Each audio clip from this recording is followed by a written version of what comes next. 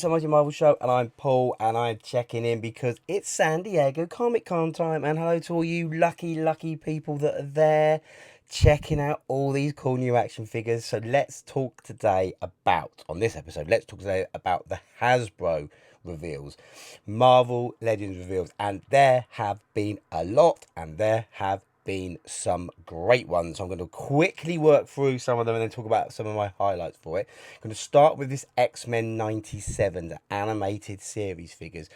These look really good. So a lot of pictures emerging of these on the Friday, I think it was. These pictures, these are or the Thursday, but these look great. Love the style. Obviously, I haven't seen the series yet, but love the style of them. I love this Wolverine figure. Bit disappointed there's not an angry head, but if you collect Marvel Legends, you've probably got a million angry Wolverine head you can swap onto it.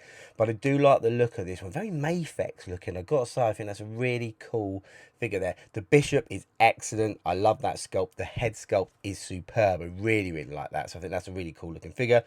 Same with the Magneto. Soft good cape would have been nice though.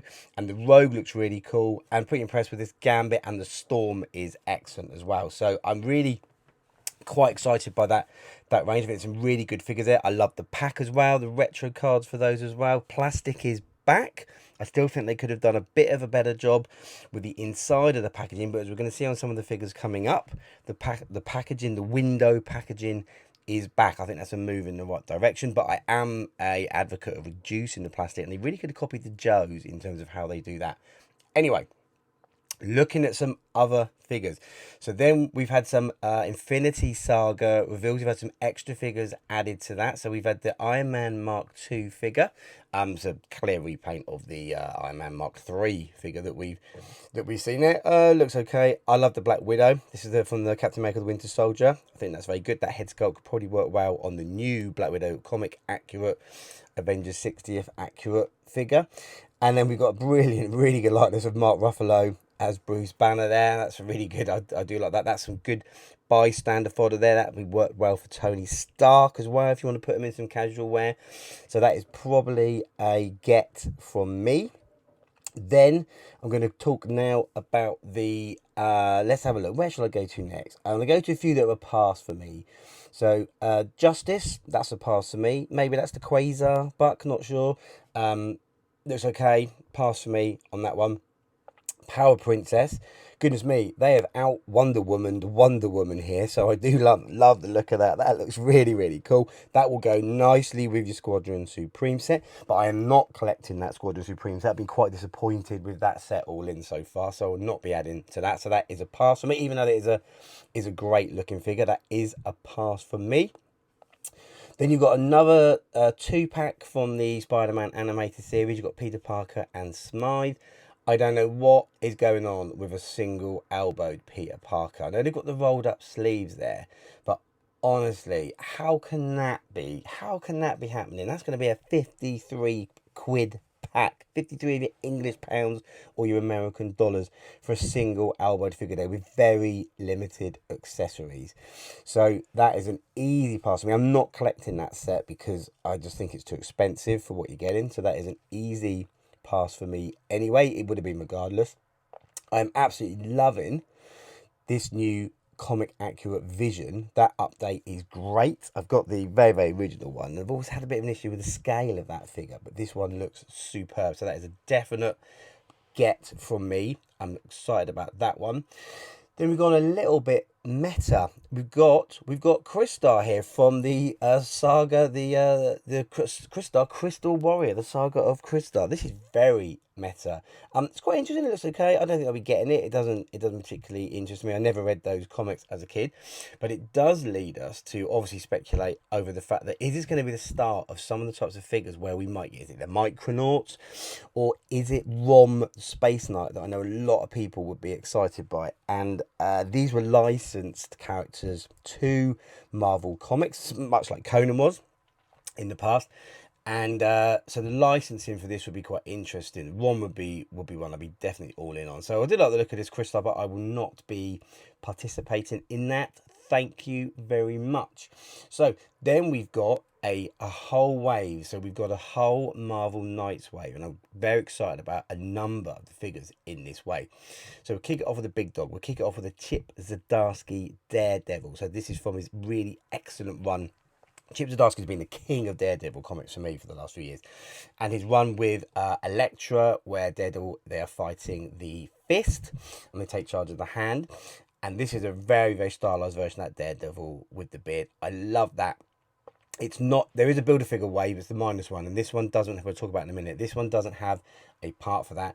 It would have been cool to have got a Matt Murdock bearded head. I mean, they could have almost used the Outback head sculpt from G.I. Joe for that one, but that is a cool figure. It looks like it articulates quite well, comes with a few accessories, so I am very, very pleased with that one. Moving on to a couple that I'm not too worried about in the wave. So the Marvel's Lady Bullseye, that looks okay. Just trying to get a look at this figure.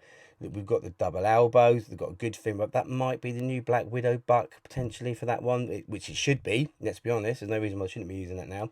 Looks okay, but it's a pass for me. This is an absolute, I've been waiting for this figure for such a long time. Luke Cage, Power Man. This was teased so long ago, and here it is now as part of this Marvel Knights wave. That is a beautiful looking figure. Could have had an angry face. That's the only thing missing with that. A fighting face we could have done with that. We don't have that. So hello customizers, looking at you. But that is an absolute get for me. That's an easy get. I've been very excited for that figure. I'm also definitely getting this Blade figure. I've got the original Blade figure, and I do love this version. Loads of accessories with this Blade as well. That is a super looking figure. I love the cape, the coat rather. Goodness me, spit it out. It looks like it might articulate okay, might need a bit of warming up there. It's not soft goods, but it looks like it might move okay. But I really like that figure. I love that face for Blade. That is perfect for Blade, so I'm very happy with that figure. The Fist Ninja interests me.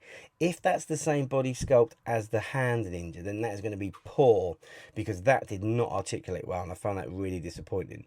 But I do like the look of this. I love that skeletal face as a epic hacks collector, and a big sort of Conan, Mezco, Red Sonja loose collector figure, Mythic Legions. That will go really well with that. So if that works, if that articulates well, that's going to go well with that range. So I will probably pick that one up. I will definitely be picking up this clear figure. Fantastic. This will go with my comic accurate Doctor Strange. That will probably sit in nicely actually with my Mezco Doctor Strange as well. But I really like the look of this figure. Again, few accessories with it, extra hands there, not a second head sculpt, but that looks great to me. Really comic accurate, so I'm all in on that clear. You've then got another Game Reverse figure, so it's the Midnight Suns game, which obviously leads me to think that we're going to start seeing more of those figures, which would be fine with me.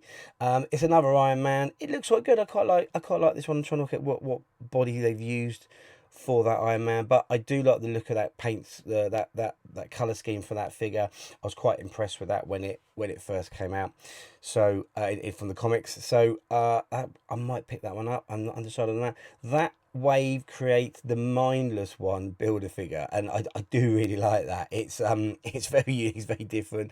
They're doing a very good job. For me, the Build-A-Figure should always be big, chunky figures, the oversized ones, so that does look good. I will probably struggle to get that though, because I'm not looking at completing this wave, because there's a few figures. Having said that, it's probably only the Lady Bullseye that I wasn't going to get, so oh goodness me, I'm going to have to get it now. Right, that completely ruins it. Forget everything I just said.